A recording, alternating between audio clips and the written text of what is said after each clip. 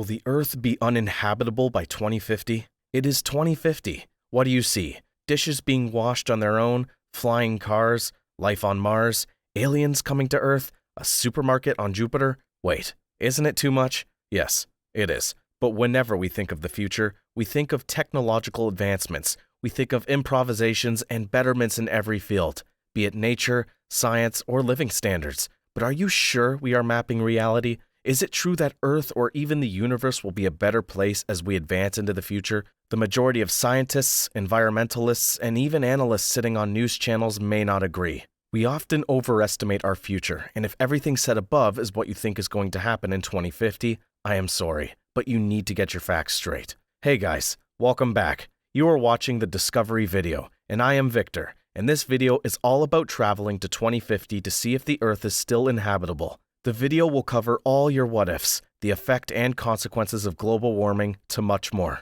Sticking to our main topic, that is, will the Earth be uninhabitable by 2050? We will have to consider many variables, especially the climate crisis that is endangering us like never before. Let's begin from the present day.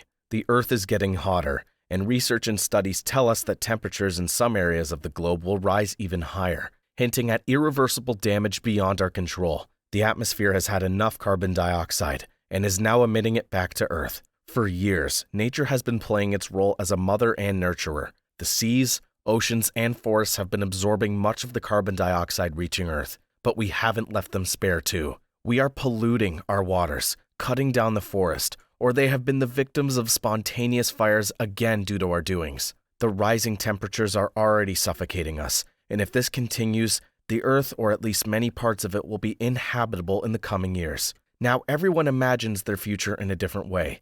Every now and then, we see a tipping point, then another tipping point, all connecting the odds that there will eventually be no civilization. It has begun with the first moment of realization of the vanishing of coral reefs. I hope you still may remember diving amidst the majestic coral reefs, brimming with multicolored fish of all shapes and sizes, but we hardly see them now. Though there have been efforts to grow them artificially away from the equator towards more south or north, but with no good results, the marine life did not return. Unfortunately, if we continue to burn fossil fuels and increase global warming in this place, it seems only a matter of a few years before the last 10% dies off. The melting of the ice sheets in the Arctic was the second tipping point, though the melting took place silently far north of most of the inhabited world. Its effects were soon seen here among us. The white ice was serving us a great purpose. It was reflecting the sun's heat, but now as it's gone, the dark sea water will absorb more heat, expanding the mass of water and pushing sea levels even higher, leading to hurricanes, tsunamis, floods, and whatnot. Bangladesh, Mexico, and the United States year great losses to infrastructure every year, and the frequency are expected to rise. At the earliest, it is devastating for those who have always inhabited the coasts, considering it their home and fishing their primary means of earning.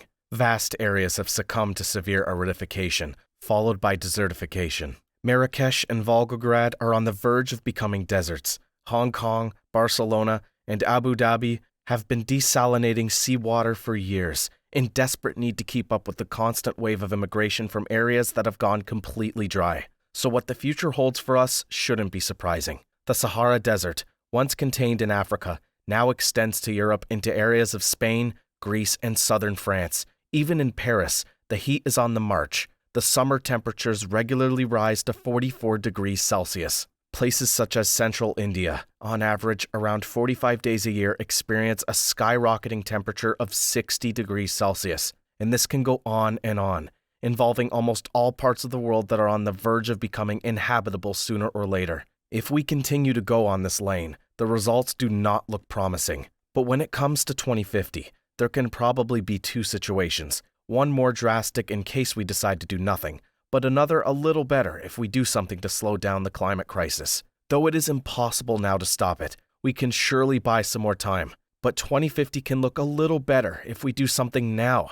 We need to cut down on our carbon emissions by 50% after each decade at least. In fact, according to an expert, if we can decarbonize our economy rapidly, down to near zero by mid-century, we can maintain a livable planet and a vibrant economy at the same time. City streets should have more trees and fewer cars, and Americans can travel via high-speed electric railroads.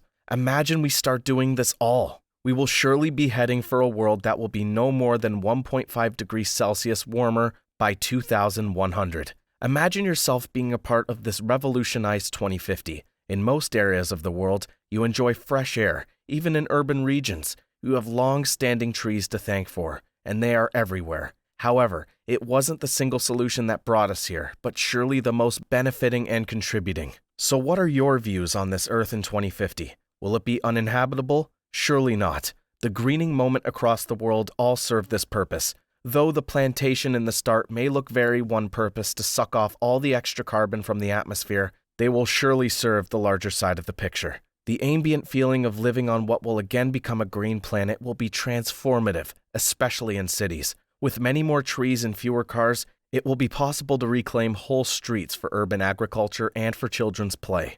New electric railways crisscross interior landscapes, and high-speed rail networks will surely be helpful in replacing cars and even domestic flights. Passenger bullet trains will make some journeys even faster and with no emissions at all. This massive effort will surely also help to re-educate and retrain many displaced by the dying fossil fuel economy, and will introduce a new generation of workers to the excitement and innovation of a sustainable climate economy. Gradually but surely, there will come a time when we will overcome using fossil fuels and will rely more on renewable sources like wind, solar, geothermal, and hydro. Every house and building will be partly redesigned to produce its own electricity, and we see this is happening. Government taxes on processed meats, sugars, and fatty foods will actually help us reduce the carbon emissions from farming. Though it may be difficult for developing countries, and they may still need more time to adjust, it will be a dawn of a new era. Only if we take this lane, the human life expectancy can reach 80 to 89 years in 2050. This surely may look impractical or impossible and too much to do, but this is our only escape. Rather, it is the only way to keep Earth inhabitable for future generations. Thank you for making it to the end with me. I hope you enjoyed the video. If you did, please give a big thumbs up and fill the comments with your thoughts and views.